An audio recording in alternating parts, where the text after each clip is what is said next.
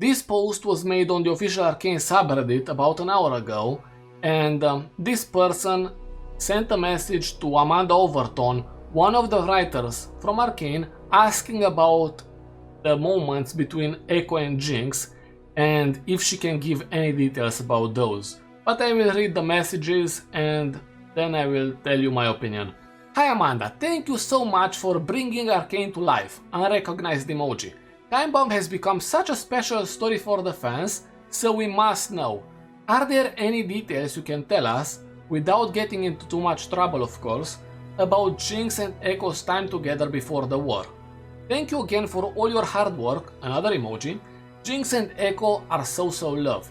And in response, she says, we deliberately left that to the audience's imagination. Since we spent so much time with them in episode 7, every scene between...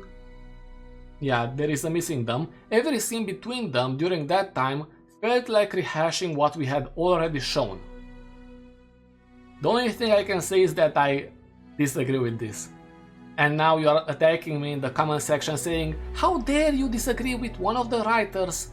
Well, I will explain why. I'm not complaining, there is no reason for me to complain because I can't change anything.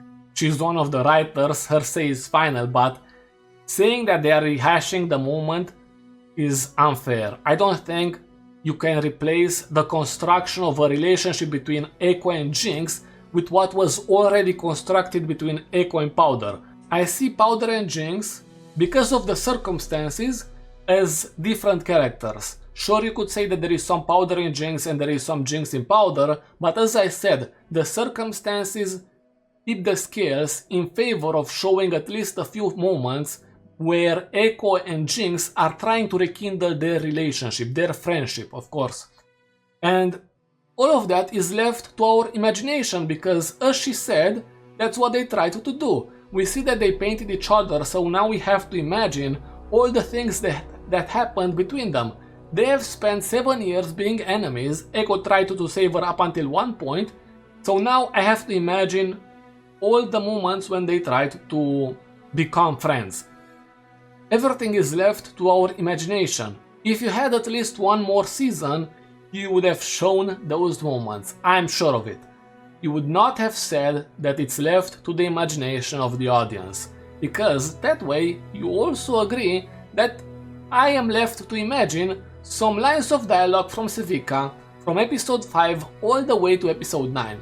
I am left to imagine what Jace did once he found out who Jinx is. I was left to imagine some moments between Ekko and Vi. Imagine how many scenes I was left to imagine. And don't get me wrong, I understand where she's coming from because they did not have an unlimited budget or an unlimited time to show to the audience. I'm not trying to attack her in any way, shape or form. I believe her responding to this person is already a mega big deal because she could have spent her free time in a totally different way. She did not have to respond to this. And I will keep it at that. I don't want her to stop responding to the audience, and I'm saying that as if she would ever watch this video, but who knows. Besides that, obviously, subscribe to the channel and thanks for watching.